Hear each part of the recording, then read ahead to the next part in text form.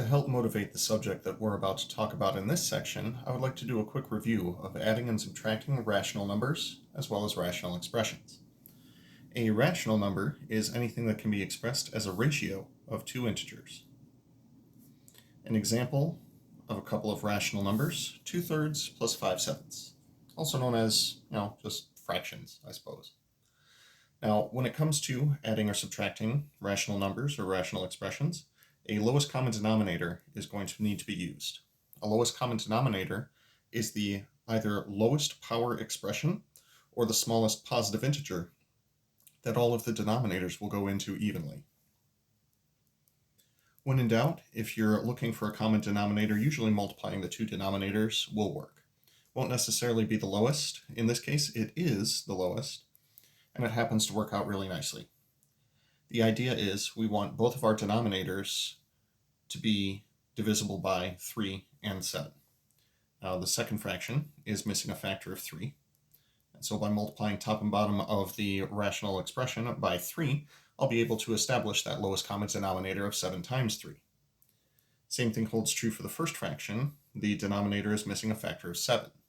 So if I multiply top and bottom of the fraction by 7, I'll be able to get that lowest common denominator of 21. Now, if we were dealing with rational expressions involving variables, we wouldn't necessarily multiply these numbers together.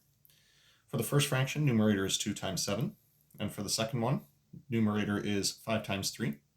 Once you have a common denominator, the numerators can be added together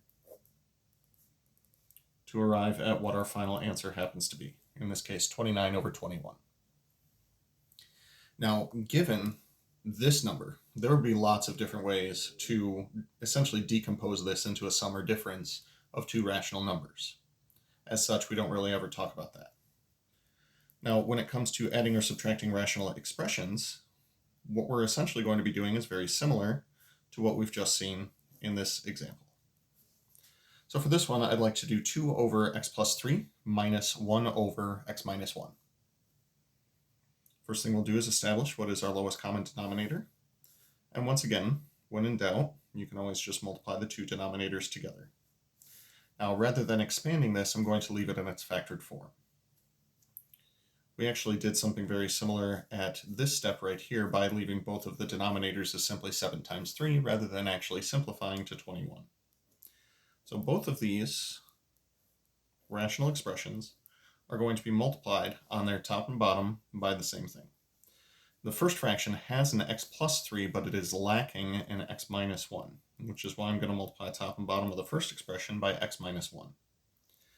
For the second rational expression, it has the x minus 1, it doesn't have the x plus 3. So I'm going to multiply top and bottom by x plus 3. The first fraction turns into 2 times x minus 1, and the second fraction becomes minus 1 times x plus 3. All over our common denominator of x minus 1 times x plus 3. I've seen students in the past attempt to start canceling things out here, but because of this minus sign that's in between them, you can't cancel any of the factors that you see in the numerator or denominator. All that you can do is simply distribute the 2 and distribute the minus 1.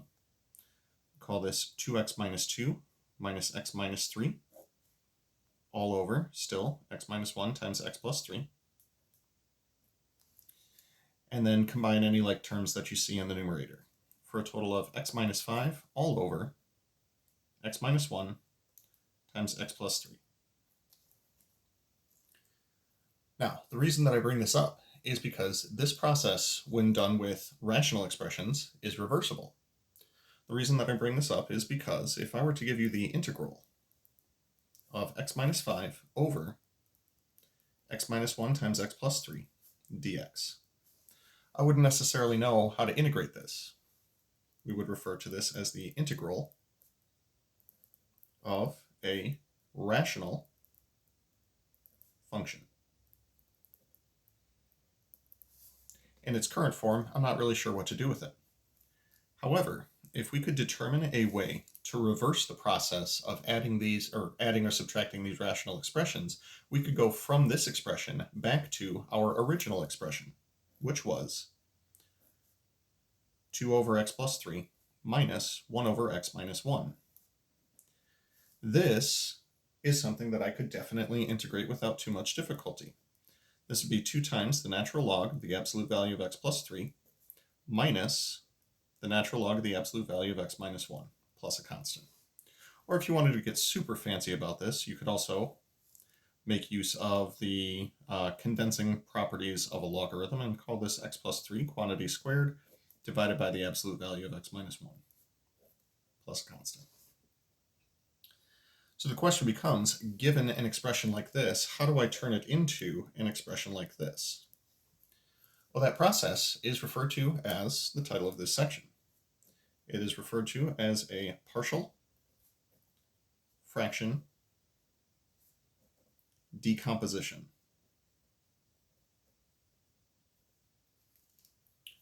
Partial fraction decomposition is going to be the technique that we're going to discuss in this section, and we'll talk about it in more detail in future videos.